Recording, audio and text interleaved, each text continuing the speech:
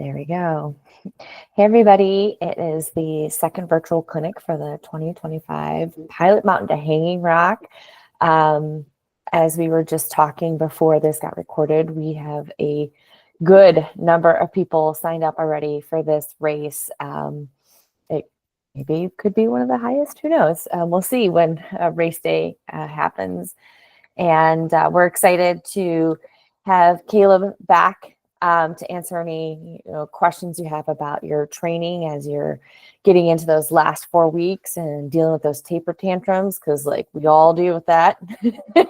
And we always feel bad for anybody else living in the house with us. So and then we have Becky here, the race director for the race, and I'm Mel. I do the marketing for the North Carolina region for Trivium Racing. So with that, I don't know, Becky, if you want to do a quick introduction, anything else before Caleb gets into his slides, but I'll let you go do whatever you want to do. Hey, everybody. Like Melanie said, I am one of the race directors. But that's about it. And I'll let Caleb go ahead and get started. Awesome. Thank you. Hey, everybody. I'm Caleb Masland. If you've been following one of the official race training plans, I'm the guy behind that. And you may remember me from the first virtual clinic. I'll share some slides in a little bit. Usually we have this call like right when the taper is starting. But this time we're a little bit earlier. So I want to talk a little bit before I get into my slides about what you might be doing in the last couple of weeks as your training comes to a peak. If anybody has any questions about that aspect of things, feel free to ask. And then I'll go through some slides that I put together about how to taper for a race in general and some specifics for how to manage sort of race week and race day. As I'm going through everything, I'm going to try my best to only use my allotted 30 minutes. So there's plenty of time because most of the questions were about race logistics and things like that. So I don't want to go past 7:30 with my stuff. But if you have questions for me throughout my presentation, please feel free to either hit the raise a hand button or put it into the in-call messages and then I can answer it. You can also just stop me at any point and say, hey, please follow up on that or whatever. The more feedback and interaction, the better. So please don't be shy if you have a question. Let me first share. This is the most common plan that people sign up for this race. It's the easy plan for the 50-mile race. And you may not be able to see this super well. You can actually full screen this if you want to see a little bit better. But you may be familiar with this if you're following this plan. I just wanted to kind of talk about a couple of things since we're in basically week 16 right now out of 20. After this weekend, you're probably going to be entering your biggest week of training, or you may have your longest long run coming up this weekend. Some people put it 4 weeks out. Some people put it 3. Our plans have it 3 weeks out. So we've got a couple of medium long runs on most of the plans this week. And then a long run, depending on your race distance and your ability level, it might be anywhere from 24 to 32-ish miles if you're doing the 50K or the 50 miler. So if you are planning on your longest run this weekend or next weekend, what I just wanted to talk about really quick was make sure that as much as possible these last couple of weeks before you peak in your training phase, that you're rehearsing as many things as possible for race day in those last couple of weeks, particularly for your long runs. So you want those last long runs to be as specific as possible in terms of like matching terrain, if you can do that. And also you want to practice with your race day gear, your race day fuel, ideally starting at a similar time of day. So you kind of know how it's going to feel like at that time of day. And just doing everything sort of like within that night before the long run to, the end of that run that sort of matches what you're going to do for the race. That way you've practiced it at least one time and you can make sure that all of those things, are sort of ironed out and you know exactly what to do on race day. So use these last couple of weekends as dress rehearsals get some good sleep, make sure you're eating plenty of carbohydrates and other good quality calories over the next 10 days or so. And then you're going to get into the taper and you can start focusing more on recovery and adaptation. So does anybody have any questions before I get into the taper stuff about the last sort of like week and a half of training till we get to that taper phase?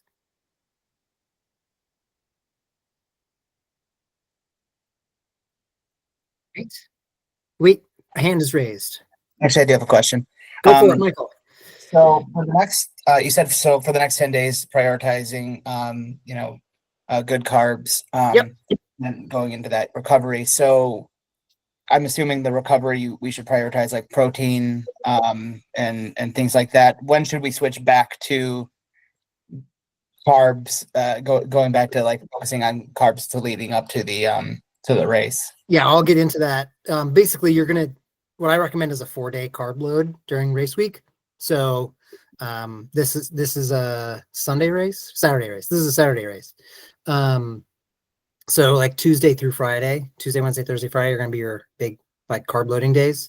And I'll talk a little bit more about how to manage that when I get into my slides in a little bit. But basically during race week. So most of your taper for about 2.5 weeks is going to be, just typical what works well for you from a nutrition standpoint. And then in that last 4 days before you race, you're gonna shift into carb load. And I'll talk you through how to do that. All right, let me get into my slides. And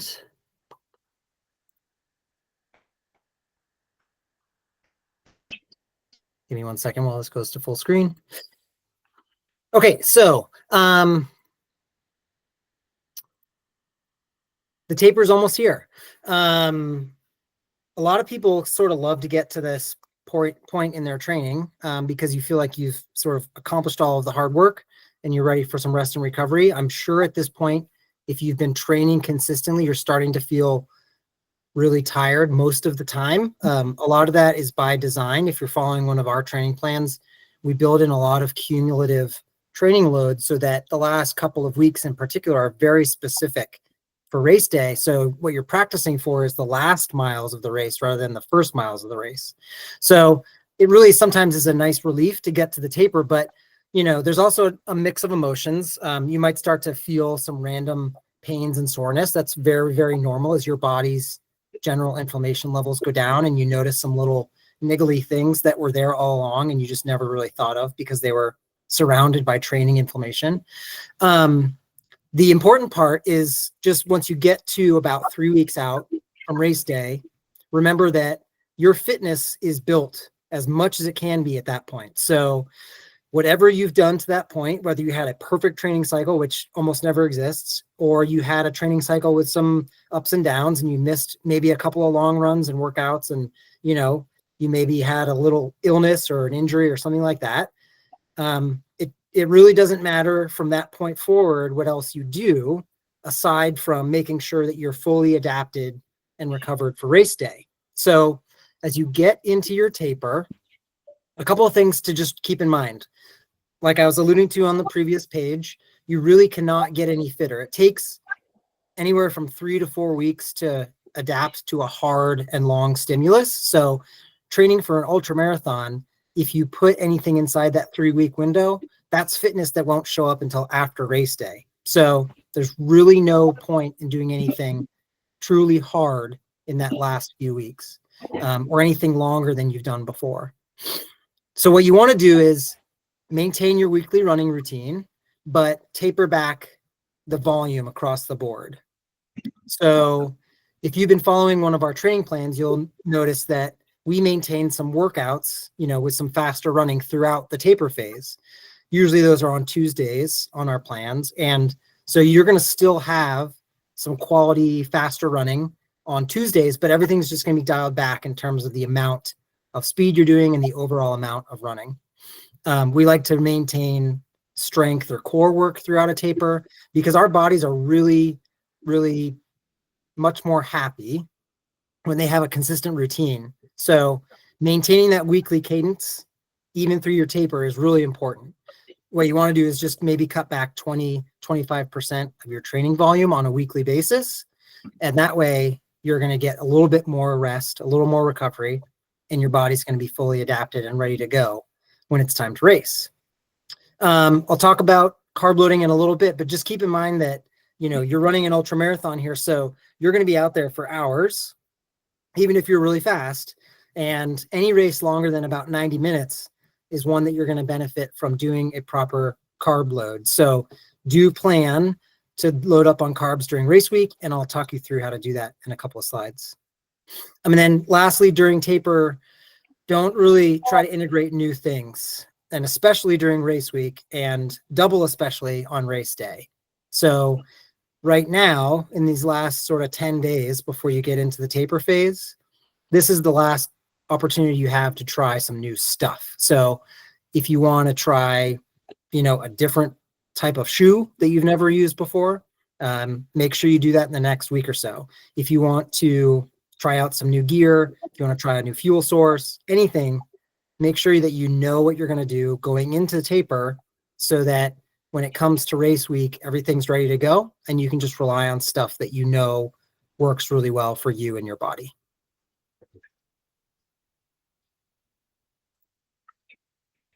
So when you get to race week, so you would have probably been tapering for 2 weeks at this point. Once you get into that race week, your training volume is going to have tapered back to probably only about half or maybe even a little bit less of your peak week, not including the long runs in your calculation there, obviously, because you're going to be doing a 50K or a 50 miler during race week, and that's bigger than you've done any other week. So your weekday training mileage should end up being about half of what it normally was during a typical training week. You're going to have extra time on your hands. So instead of just sort of like sitting and, you know, being anxious about the race that's coming up, make sure you use your time really wisely during race week. I'm a big fan of like making lists, checklists, journaling, all sorts of good stuff so that when it comes to race day, you've already sort of thought through everything that's going to happen and how you want the day to go. So make sure you're reviewing the course so you know exactly where the big climbs are, the big descents are, how long it is between aid stations, all that good stuff. You've got a really, really detailed race guide for this race that has tons of information in it. So spend some time going through that. Make sure you have everything planned in terms of logistics, what gear you're going to put in a drop bag if you're going to do that, when you're going to be eating, you know, your meals and what those are going to be in the last, say, 24 hours or so. Make sure your gear is ready to go. Make sure you write down kind of a loose race plan. Look at the weather. If you need to make any adjustments, if it's going to be a warm day or a rainy day, you know, work that into your plan. And then just think through some things that might come up and make your day go sideways, and just have a little bit of a plan in mind for how you want to handle those things so that if stuff does come up, you'll be ready for it and it will be a non-issue. Other than that, you know, just spend some time resting and then work in some activities that maybe you don't normally have time for when you're training at a high level. So, you know, start a new book or binge a new show or whatever it might be. You know, just make sure you have some things planned for that week so that you can keep your mind off of the race a little bit and get to that last sort of 24 hours or so feeling ready to go.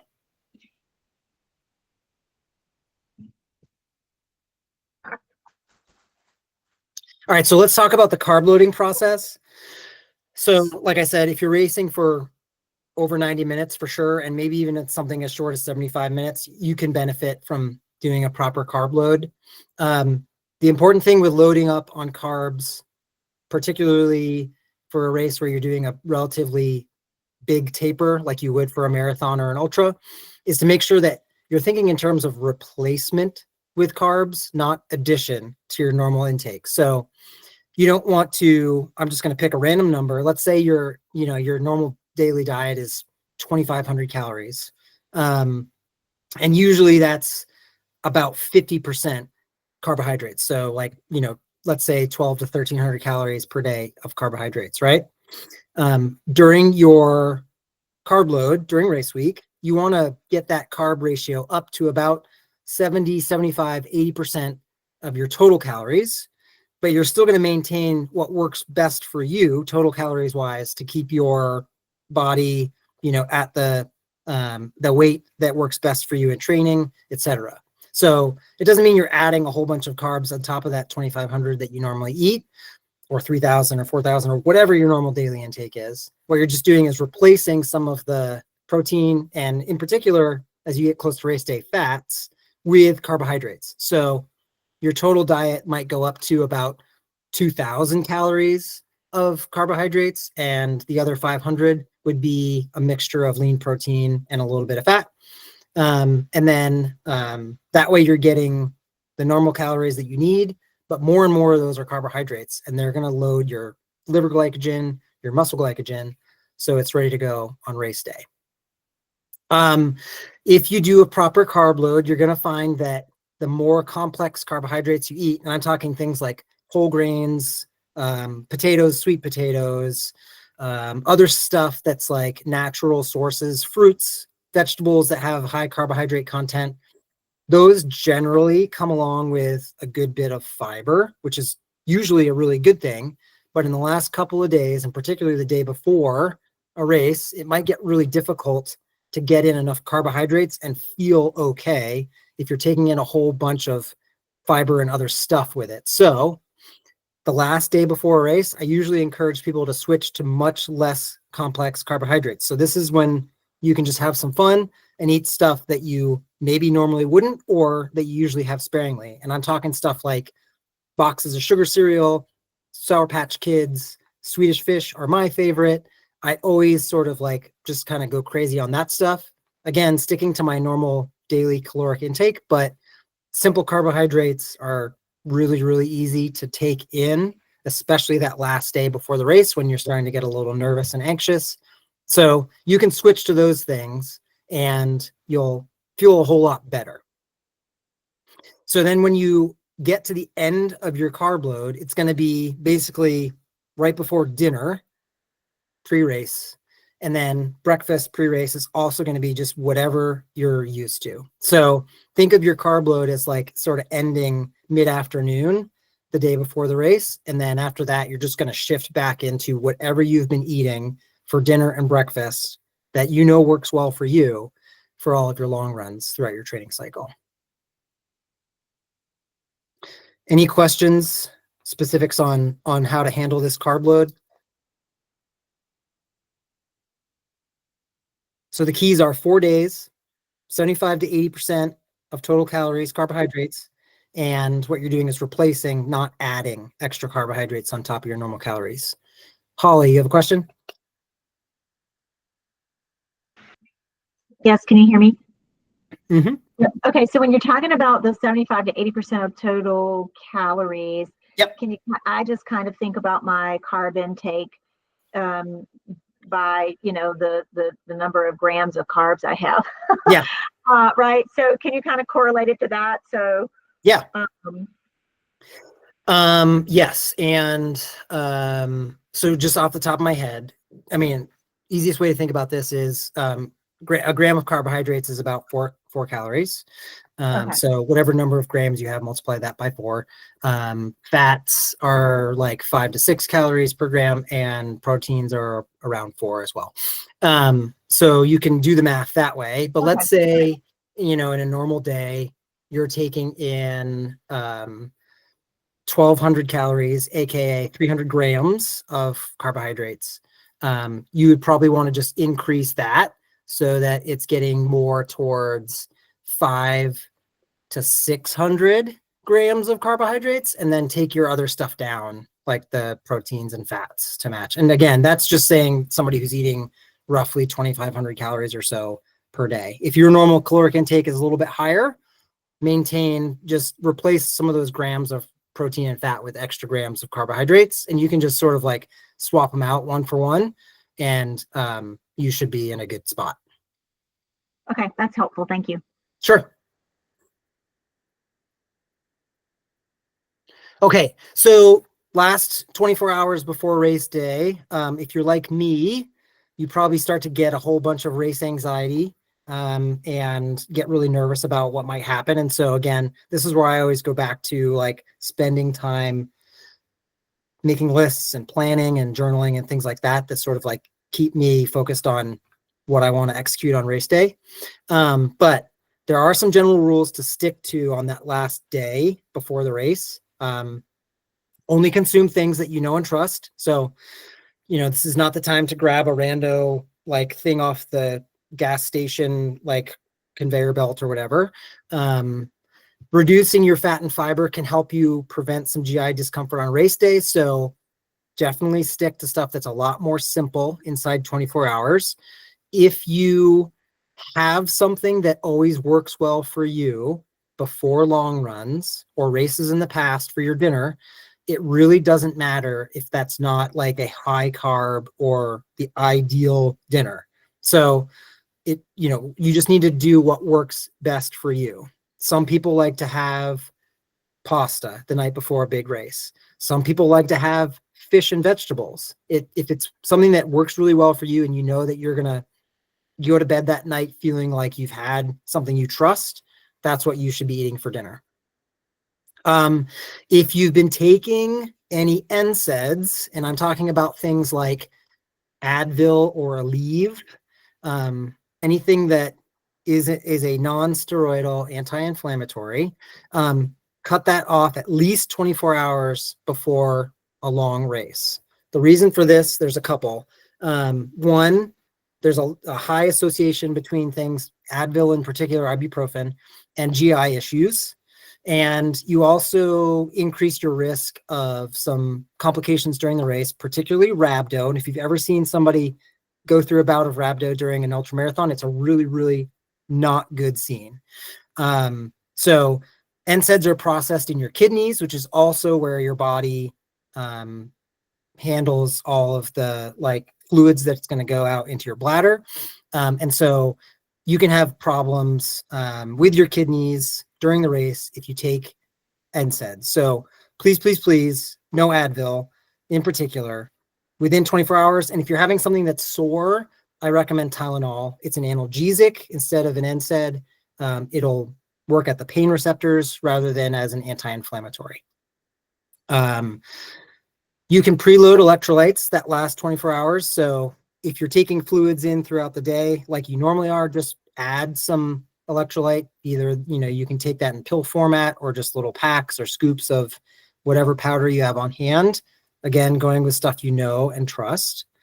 You'll probably get a little bit of extra fluid retention as you go through your carb load, which means just your cells have a little bit more fluid that they're maintaining. And that's actually a good thing because those fluids are then bioavailable on race day. And lastly, just make sure that you check and recheck your race gear a couple of times. If it helps to lay it out and make sure everything is where it should be, that's good. And then the last thing I like to do before I go to bed, before a big race, is just to write down my race day schedule from waking up until the race is over and all the other little things that go into that plan. So if I want to be at particular checkpoints or aid stations, within a certain time window to hit my goal, I'll write all of that out. And that way I can sort of commit it to memory and make sure that I'm relatively on track the next day. Any questions on the day before the race? Okay, so race morning. This is a schedule that works really well, but you can adjust this based on the logistics you've got on race day. I would say at least 2 hours before you race, you want to be awake and having your breakfast in terms of whatever calories that is, as well as whatever fluids you plan to take in during the race. I would probably limit your morning fluid intake to 32 ounces or less, including anything you might have in terms of like coffee or tea or whatever. You just don't want to go into the race totally full of fluids. But, this is a long one, so you're probably going to be stopping several times anyway, but, you still don't want to go in overhydrated. By about 90 minutes or so, it's a good idea to have your calories in and you're done taking fluids. That way, anything that needs to get through your system and into your bladder before the race can. That way you can only have to stop, once before the race and hopefully not stop again until you're several miles in. About 25 minutes before you start is a good time to start a warm up and make sure all your gear is ready to go. And if you're going to change a shirt or change some shorts or whatever, do that at that point. I recommend taking 1 serving of your preferred carbohydrate of choice about 15 minutes before you race with a little bit of fluid so that it'll start digesting. The reason you want to do this is so that your digestive system is online and working when you start the race. That way it's going to be more receptive to calories that you're going to start putting in once you get going. If you start a race with a digestive system that has shut itself off and sent all of that useful blood out to your extremities to manage your muscles, it's going to be harder for your body to start processing calories. So you want your digestive system to be actually in the process of working as you start the race, and then make sure you're taking in calories as you go. And then about 10 minutes before, is a good time to make sure you hit that final bathroom break and then get in the corral and be ready to go.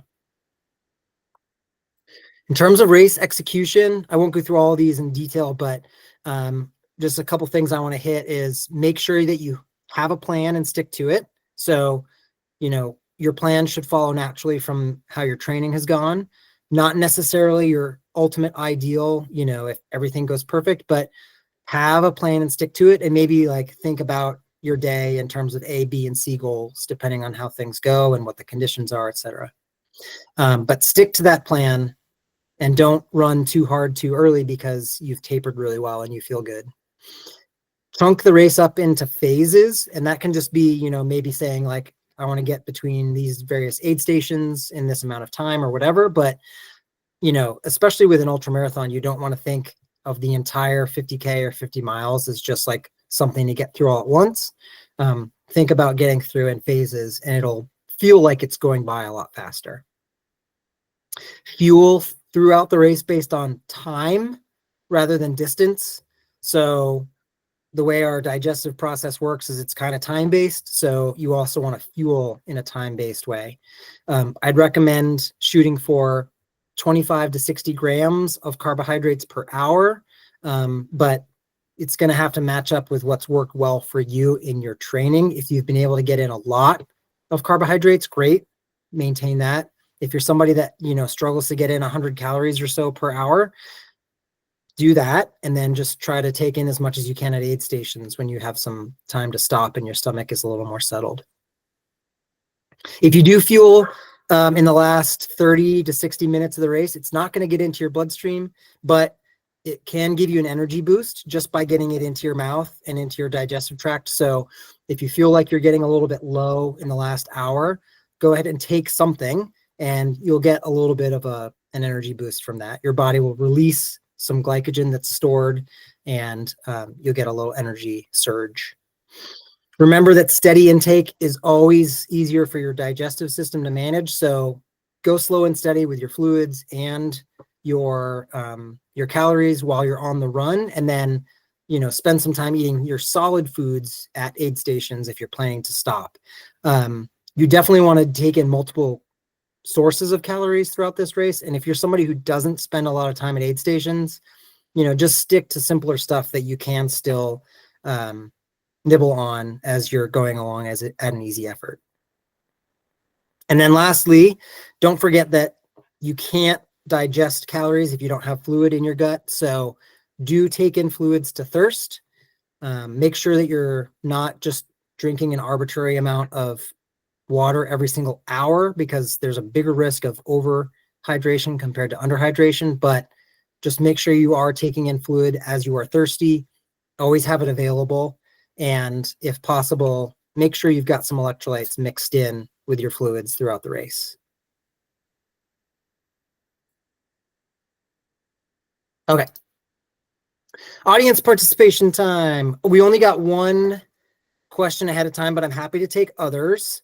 The only question we got actually wasn't really race related. It was post-race related. So I thought I'd go through this for everybody.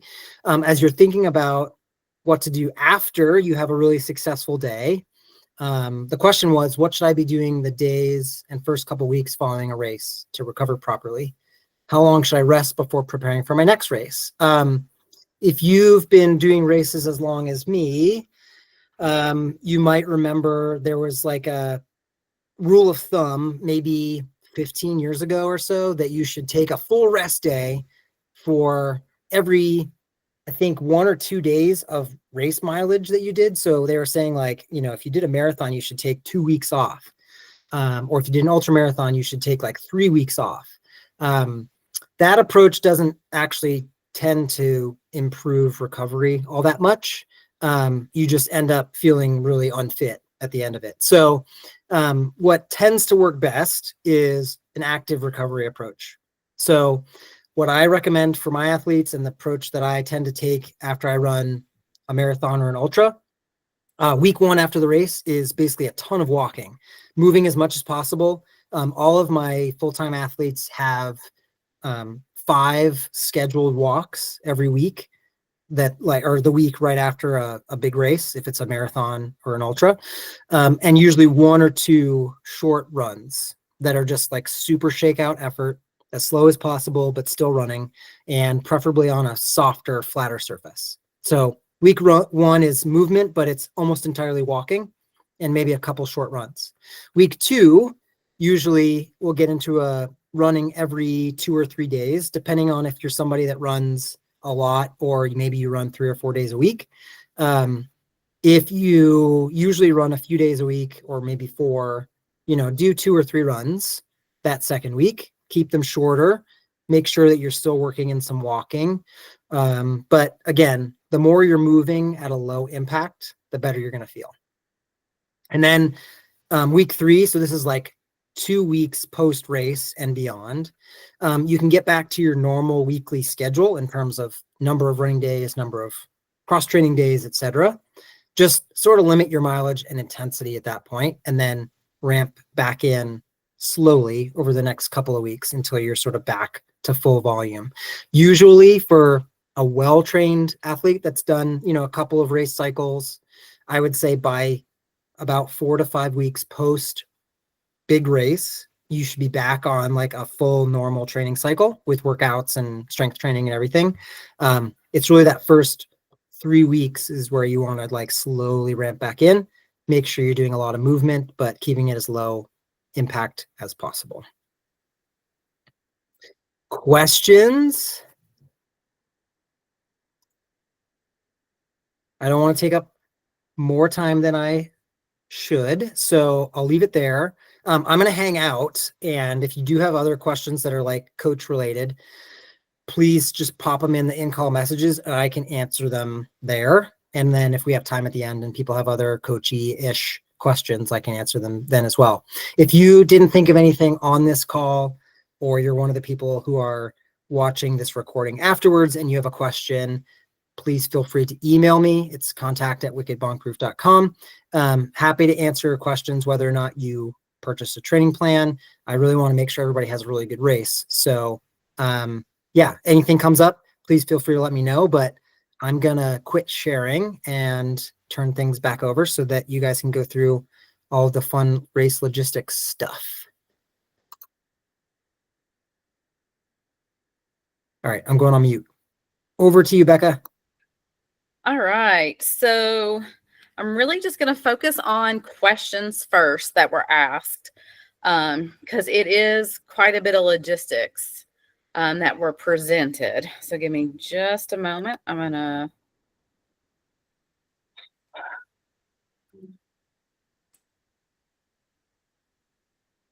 get my screens ready.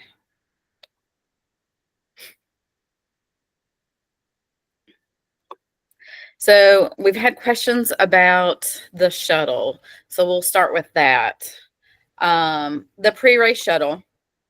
So this year, 50 milers and 50 Kers, if you are taking the shuttle, you will all park at the Stokes County Government Center. I know if you're a 50 miler that's done this before, you were able to park at the finish line. This year, there is no parking at the finish line. You will park at the Stokes County Government Center. So the 50-mile load up is between 3:40, 3:55, and your bus departs at 4 a.m. The 50K shuttle, you can, when you sign up for that, you have a choice between the early or the late bus. Early bus departs at 5:30 a.m. The late bus departs at 6 a.m. If you have crew, you are able to be dropped off at the start line. So you only have to take the shuttle if you don't have a ride to the start line that morning. And so for those that will be taking the shuttle, those are your times. Everyone, we will have a post-race shuttle that takes everyone from the finish line back to the Stokes County Government Center. We will also have the shuttle will also be shuttling any crew that parks, spectators, family that parks at the government center. And so they will have a ride to the finish line, because at this time, you're only able at the finish line area if you have we are only doing handicap parking, and you do have to have a ADA placard for your car, whether on your license plate or one that hangs in your in the front on your dash. So let me make sure I actually answered that full question. So that for the pre-race shuttle, it is all before everyone that is taking the shuttle will be parking at the Stokes County Government Center and then get shuttled where they need. But so then the second question had to do with packet pickup and drop bags. But I'm going to, if you give me just a second to switch to a different screen. So drop bags can be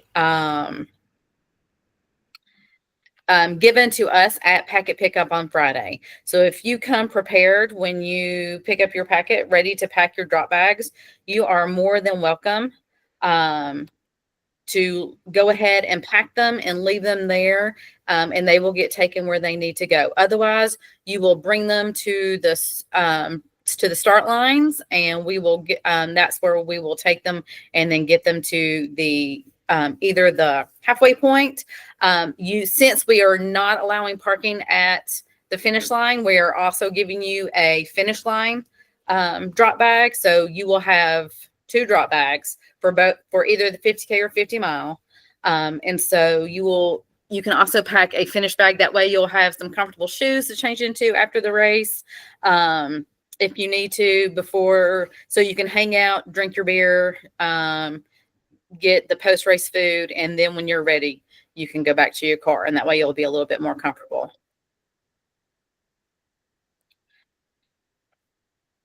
There was a question about pacers. Pacers are available the entire time, but you're only allowed 1 pacer per time. So you can't have 2 pacers on the course with you at the exact same time. They would have to take turns. Pacers do need to register. So if they've not done that, we ask that they come to the Pacer tab on the Pilot Mountain registration website and register here. They will be required to wear a bib while they're running with you. Everyone that's on the course, we want to make sure we know who they are. So they are requested to have a bib as well.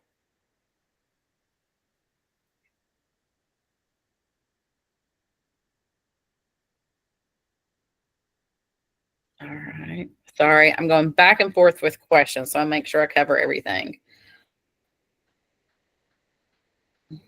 And then aid stations. I'm going to pull up the aid station.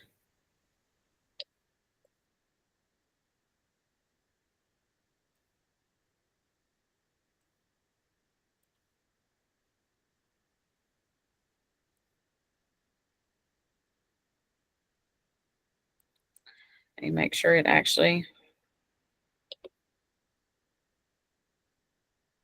Just a moment.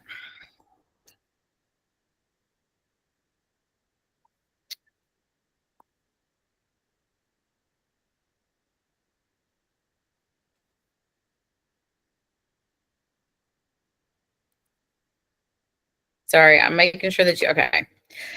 So you may not be able to see this too clearly on this screen, but you can download this from the Pilot Mountain, Run sign up page. This aid station chart, if you haven't been on it, it does have the GPS links for each of the aid stations. You'll see that mile 25.3, aid station 6 for the 50 mile is when you'll have your drop bag. 50 Kers, it's your mile 15.7. It's the very next aid station where you will have your drop bags. This has information about parking.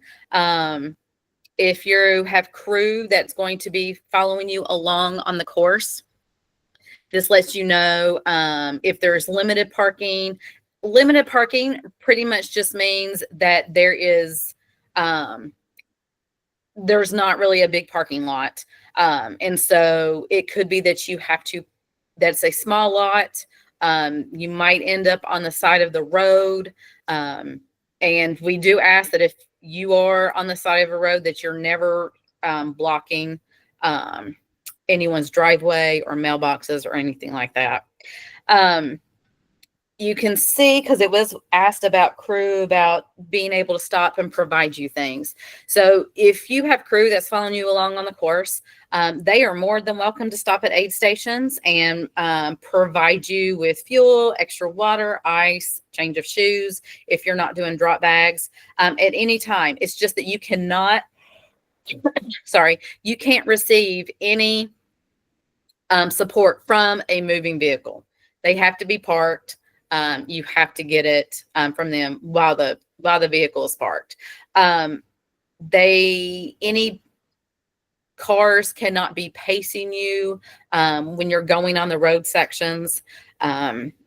So you are, the only time you can deal with a vehicle is if it is parked, and then you can get your fuel or get whatever you need from it. It was asked if there's any particular aid station that's better for crew to be at. Not particularly, but I will say this. Aid station 1 for the 50 mile, there is no parking. It is relay teams only. Since we have the shuttle buses coming in because the 50 mile aid station, the very first one, is in the same parking lot as the 50K start. And because of that, only relay teams are allowed to park in that lot. So if crew is following you, they will be asked to leave if it is not a relay team. With the buses that come in, we have to have that lot pretty empty so that they don't have any issues going in and out. And so the first aid station at the Pinnacle Hotel Road for the 50 milers, your crew will not be there. They'll need to go to the top of the Pilot. They will need to go to the top parking lot for Pilot Mountain State Park, and that's where they will see you at the second aid station.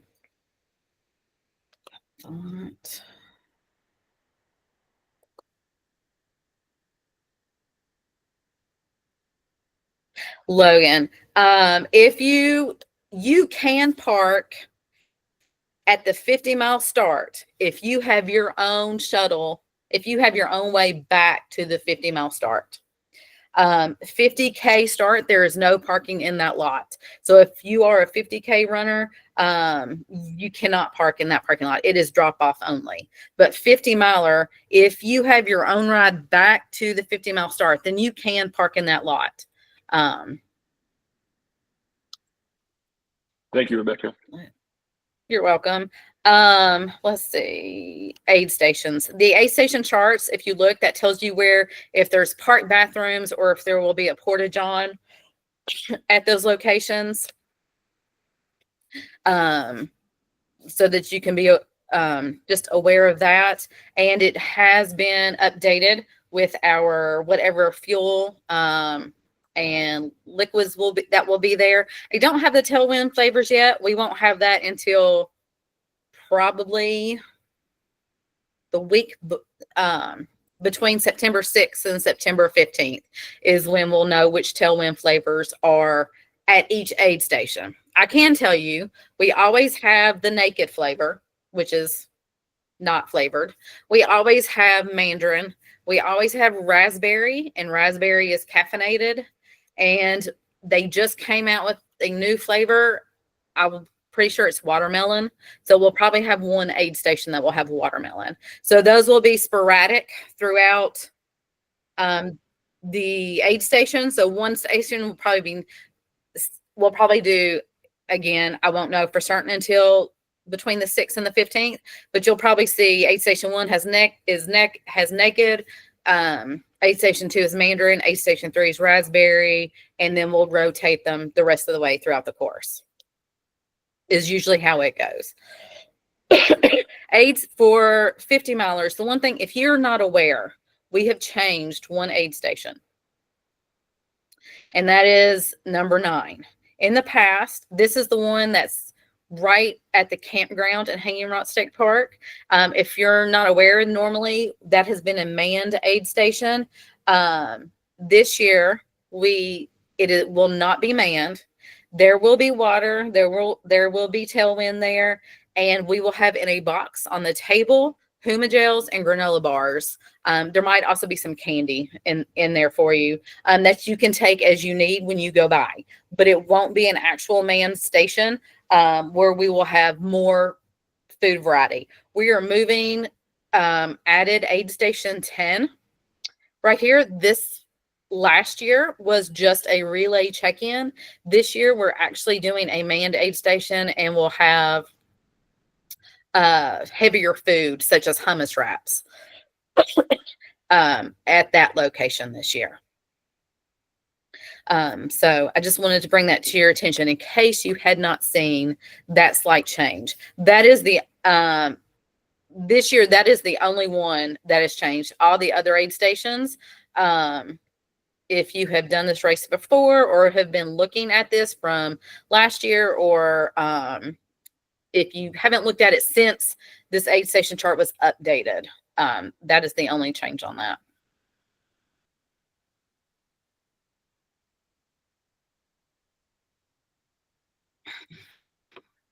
Is tailwind regular strength or high carb? As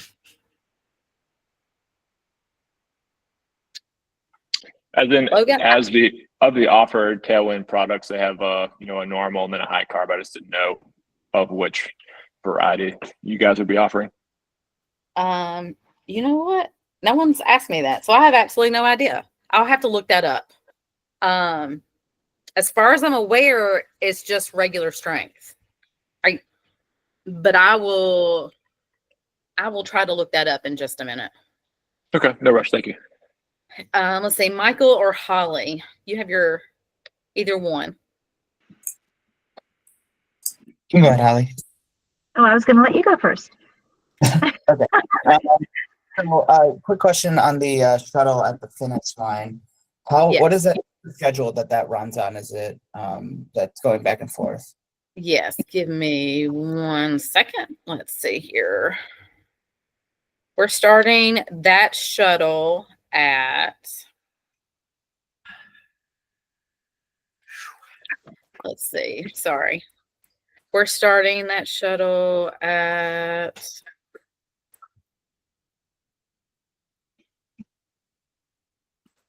we're starting that shuttle at 11 a.m. from the government center. So we'll have shuttles at the government center at 11 a.m. and they are going to be running back and forth all day long.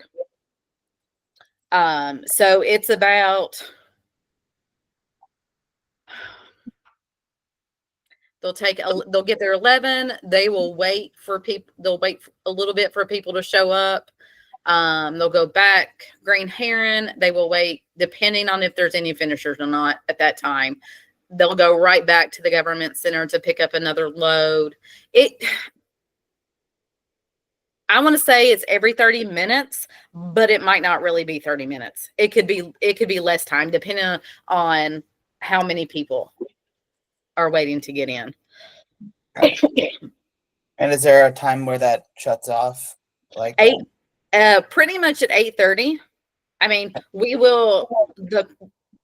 will be going to the last runner, pretty Okay. much.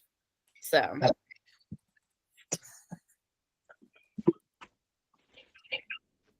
Let's see, Holly. Yep, I had two questions. So do we need to check in at every aid station and give someone our number? So just trying to figure out if I don't need to stop at an aid station, do I still need to stop and give someone my number?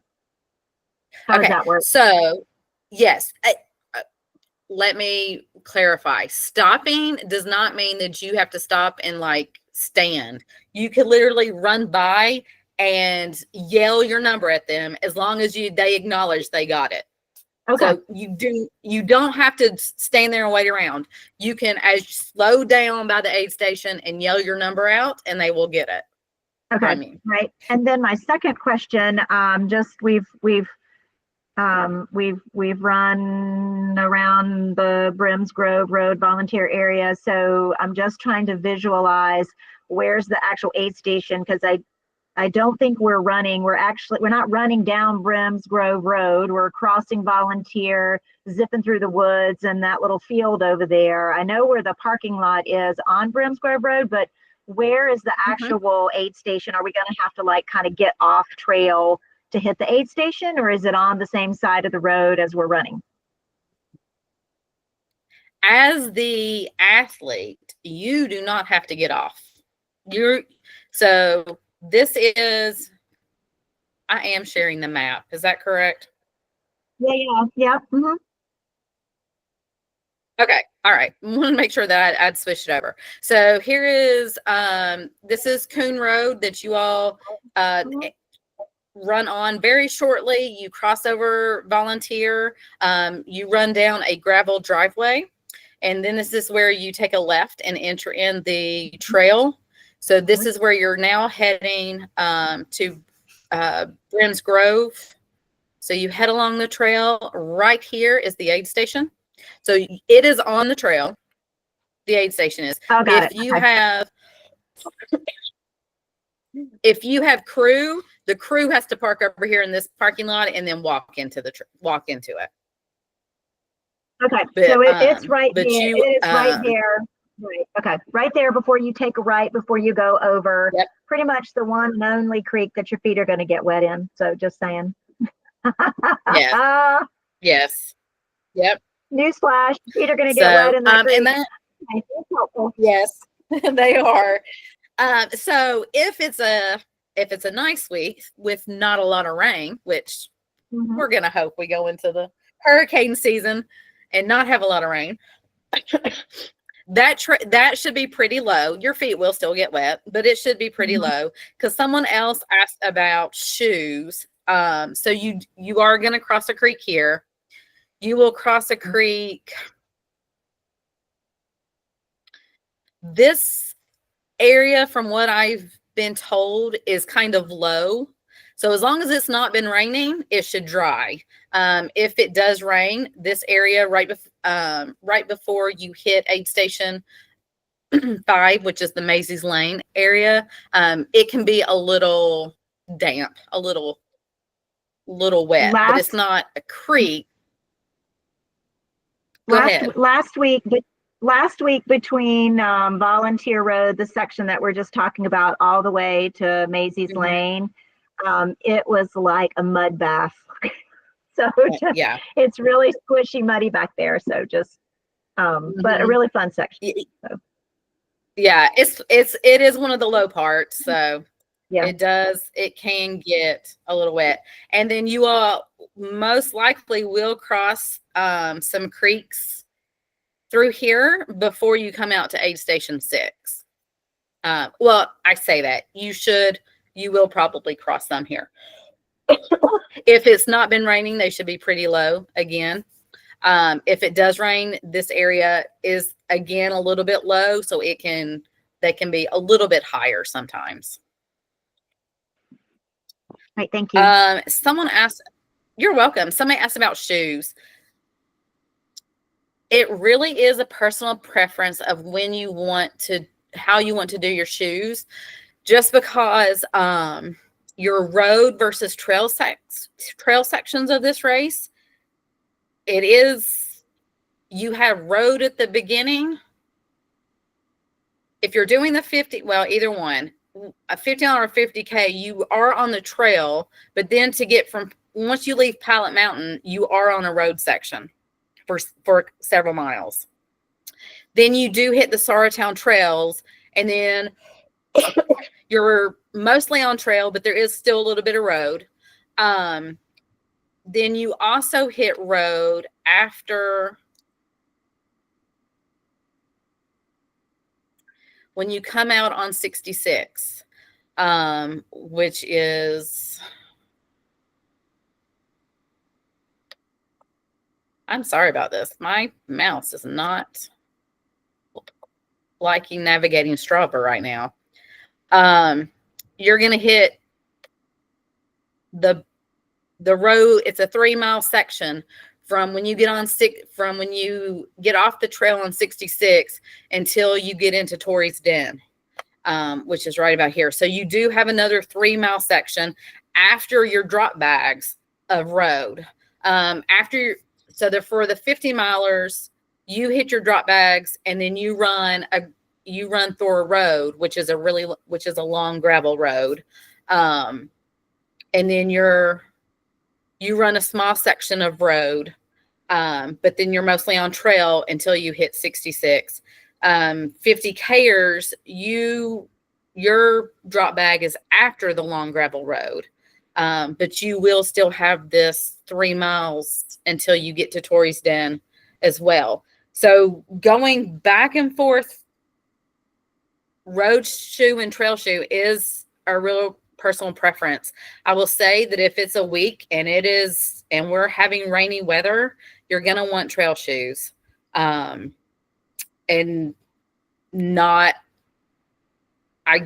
unless you have crew following you that can give you shoes right before the road and give you your trail shoes right after the road section, you will just want to run in your trail shoes.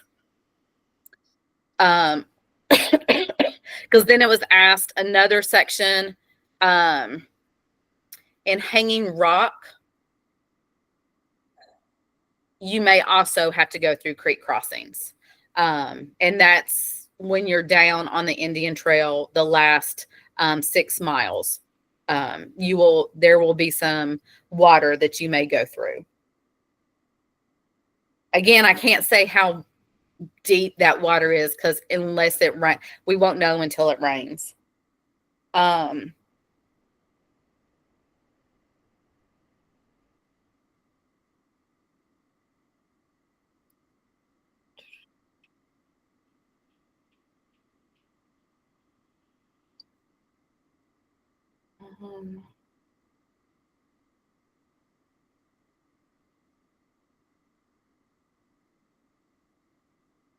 Let's see. And I think, it was talked about the conditions of the fields. If anyone that's on the call, if you've taken part in the preview runs that we've had this past in July and August, unfortunately, the trail system, they thought we were going one direction when we actually went the opposite. They ran the opposite direction. So that's one reason the fields have not been taken care of.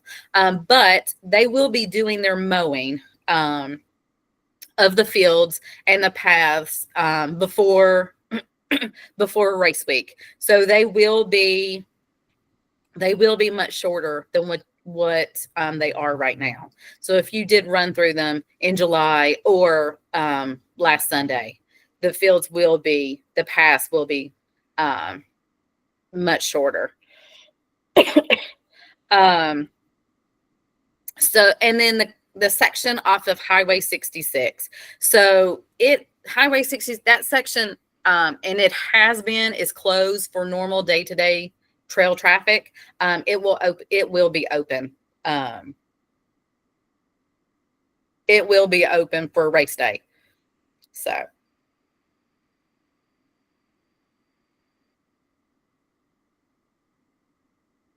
And then the halfway point for the 50K is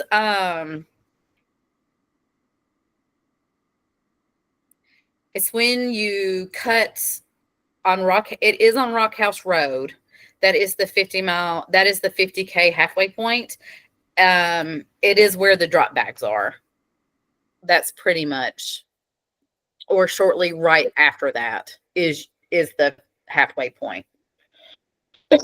Rebecca, do you know when you're running down, like you cut out of the woods and because we've passed it, you cut out of the woods and then you can kind of see the blue tape and then you cut in, in the field and you go up by the woods. But right before you get to that, down on the right is like this grassy place. It looks like you could pull your car in there. There's like a shelter. Is that where the bags are going to be? Yes. Yeah, there's a shed. Is that where they are? Yes, that is it. Okay, perfect. Yes, All right. because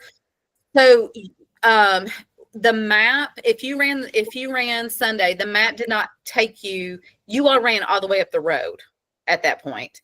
You are actually going to cross this when you come out the first time after you've gone up Thor Road. You cross and take that the trail entrance, and you run the trail, and then you come back out on Rock House Road. You run up for just a little ways, and then you make a right turn. You cross the street and go into the trail again, across the street this time. So you come out the backside of that little shed. So you're actually, the trail takes you to that shed. And then when you'll do your drop bags or do the aid station, then you'll come out on the road and you'll turn right and you'll turn into the field at that point. If that makes sense, Holly. Yeah, so I'm assuming that, we wouldn't have caught that at all because it looks like there's like a little trail that juts off that seems to be closed. So we just kind of we didn't go all the way down to the intersection where Taylor Road was. We cut in right when the field opened up and ran through that grass over to Taylor Road. So you're saying we are not doing that. We're going to hop on a trail off of Rock Road before we ever get that far. So right here, let me get to the right place on the map. So right here, you all came, Thor Road is over here, this direction. You all came down the trail and hit Rock House Road. You turned left and you started running up Rock House Road. At the preview run, you all went all the way straight along the road, and then you made a right turn here. You're actually going to make this right turn earlier, and you're going to run along the trail. It's parallel to the road. This is right here is where the shed is. So you'll then make your way, and that's where the aid station is. Then you'll make your way back to the road there, and then turn onto into the field. Into the field. Okay, gotcha. Okay. It's all just right. All right, that's helpful. So yes, thank you. You will still do the field. You're welcome. Okay. Yeah, but we're turning in and coming in the backside. Okay. So, all right, gotcha. Thank you. Yes. Yep. You're welcome. That is pretty much, as far as I'm aware, that is all the questions. If anybody has any other.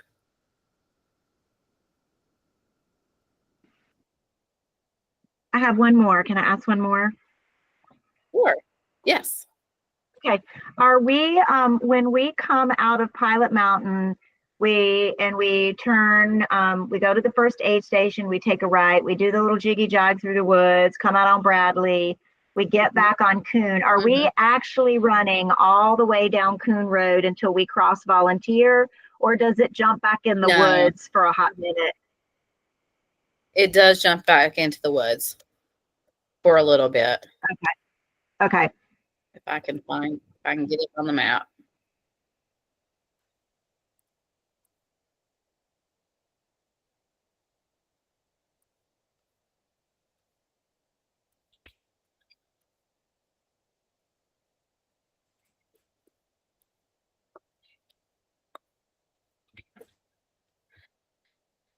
Right.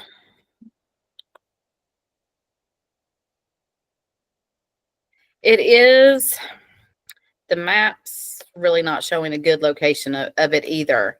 but you are on the trail for a little bit, and then you come off right about here and run down. But you do get back on the trail on Coon Road. Okay, I think it's You're not running little the entire section. lane. Okay, it's a little section that parallels Coon Road. You pop in and pop out. We just haven't been able to find Yes. it. Okay. Yes, that one is, yes. That one is a little bit hard to find when you're just driving down that road, when you're just going down that road. So, but, and Okay, again, thank you. we will have race day. Race day roads will be marked with spray paint and with surveyor flags. So with arrows pointing you in the right direction.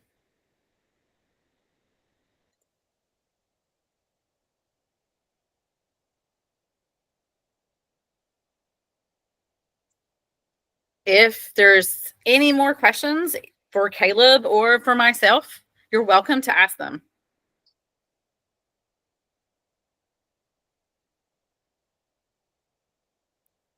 If you haven't read over the generic athlete guide, I know Rich is still finishing up the 50 mile and the 50K athlete guides with more trail specific information to make sure they're up to date. So those should be coming out soon. And so if you haven't checked over the run sign up and all the tabs, I suggest you do that. We tried to put everything you need to know on there. So.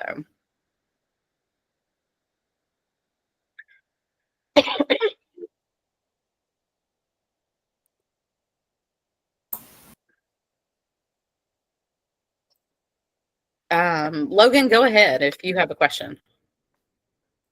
Will that new guide be emailed out, or do we just have to keep checking it and refreshing to see when it's going to pop up?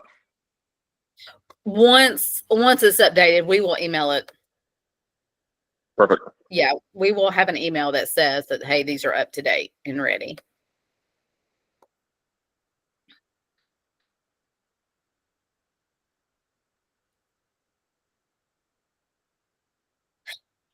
Go ahead. Okay, sorry. If you have a So question. assuming that I'm assuming the Hanging Rock State Park is not going to be closed on race day. Do you have any suggestions on, I mean, it's a really busy park. You guys have any suggestions on just kind of how to navigate that? Especially like after you go on the Indian Trail past the visitor center and that whole section where, you have to go down those stairs around that waterfall or whatever. So Are you talking let me make sure, are you talking as a runner or are you talking yes, for I'm talking as a runner. Yeah, no, I'm talking as a runner. Yeah. As a runner. Okay. So normally the heaviest sections of Hanging Rock for the 50 milers is the Moore's Knob section. And then kind of the lake area and going towards I think it's Wolf Trail. I want to get that correct. Wolf Trail, and then when you actually get on the Hanging Rock section, those are the heaviest with park visitors.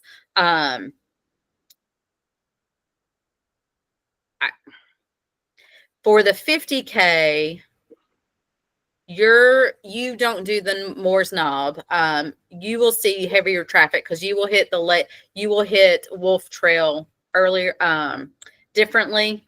And then when you get on the main Hanging Rock Trail, the main Moore's Knob, they are 2-3 people wide trails. So if you're vocal and say, hey, runner on your left, on your right, whichever direction you're going, you really shouldn't have that much of a problem. It's once you get past the main trails like that, that's when they narrow, but that is also when there is less visitors on those trails. Okay, gotcha. Thanks. Mm-hmm.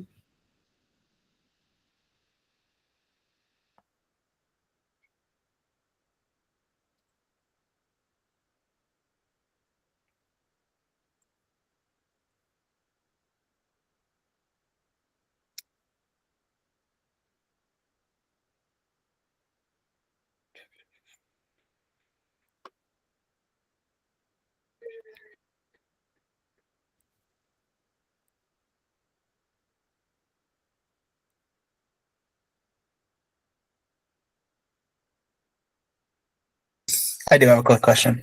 Okay. So from a crew standpoint, is there any sort of fees for like getting into the state park at all? No, Okay. the state parks are free. Awesome. Thank you.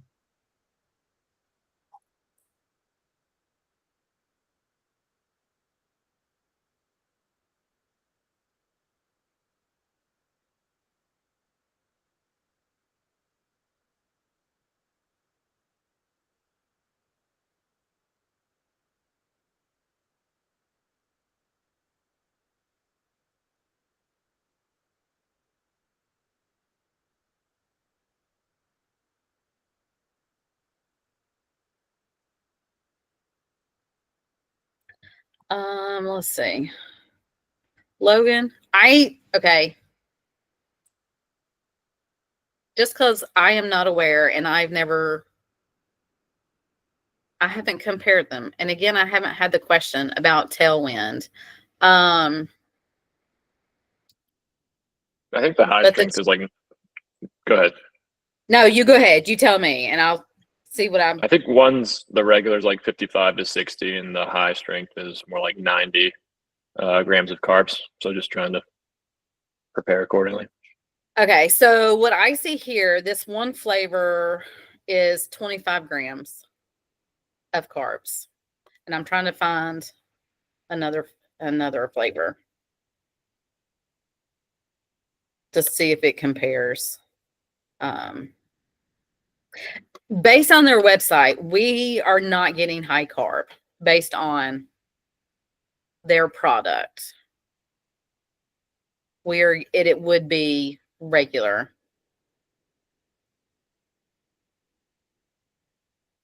Okay, thank you. Regular carb. What if you're on Tailwind's website comparing them? We do what's called the endurance fuel. That is the category of Tailwind that we use. Thank you for the specificity. Mm-hmm.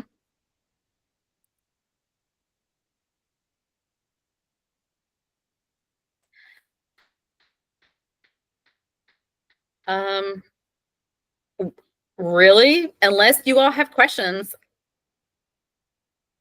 unless Caleb has anything else, or Melanie, we are good. The only thing I'll say is once this does its thing, which won't be till probably tomorrow when I get back on the computer, I will send out an email with this replay and then the virtual clinic number 1 replay, just in case people want to go back through either one. You can always listen to it while you're driving anyways or something like that. So yeah, I'll definitely get that out, but it most likely won't be till tomorrow because it's already kind of late. And please, if you have more questions, just like your training questions for Caleb, if you have logistic questions, email us. Whatever questions you have.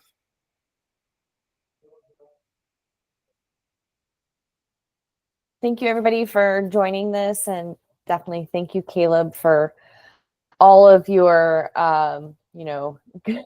just great knowledge nuggets that you have from both clinics, and answering everybody's questions. And obviously thank you, Becky, because there's a lot of logistics for this race, but these clinics help kind of ease a little bit of the nerves too, so it's really good.